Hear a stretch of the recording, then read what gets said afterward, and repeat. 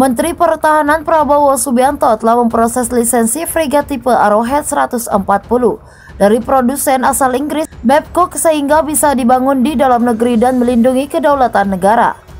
Peneliti Lembaga Studi Pertahanan dan Studi Strategis Indonesia, Benny Sukadis, menerangkan modernisasi alutsista Argen untuk dilakukan guna merespon dinamika lingkungan strategis yang terjadi. Ini merupakan langkah maju sehingga diapresiasi, ucap saat dihubungi pada Minggu. Bangun 8 kapal selam nuklir. Lisensi tersebut memungkinkan PT PAL Indonesia membangun 2 frigat Arrowhead 140 di tanah air. Sementara itu, Arrowhead 140 merupakan kapal frigat tempur yang tengah digandrungi dunia. Kapal ini memulai debutnya pada tahun silam pada saat Babcock memenangkan tender program frigat Inggris tipe 31 pada DSEI 2019.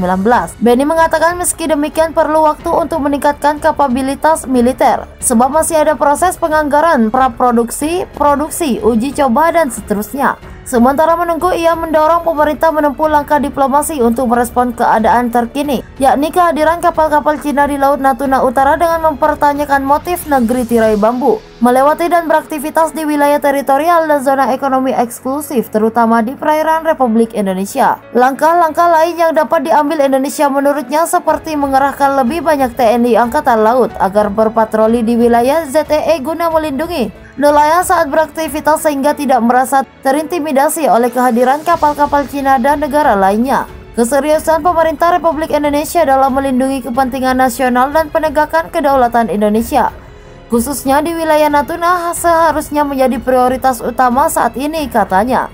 Ia mengatakan bahwa Natuna merupakan wilayah maritim Indonesia yang lebar dari garis pantai pulau terluar hingga ZEE, diatur dalam konvensi PBB tentang hukum laut. Di dalamnya mengatur bahwa Republik Indonesia hanya memiliki kedaulatan pada perairan di Kepulauan Natuna dalam lingkup laut teritorial sejauh 12 mil dari garis pantai dan laut pedalaman yang ada di antara kepulauan. Di laut teritorial, Republik Indonesia berkuasa sama seperti di wilayah darat dengan beberapa pengecualian. Satu di antaranya, kapal asing yang hendak masuk wajib memberitahukan terlebih dahulu. Tidak ada kapal asing yang boleh masuk ke wilayah ini tanpa pemberitahuan terlebih dahulu, ujarnya.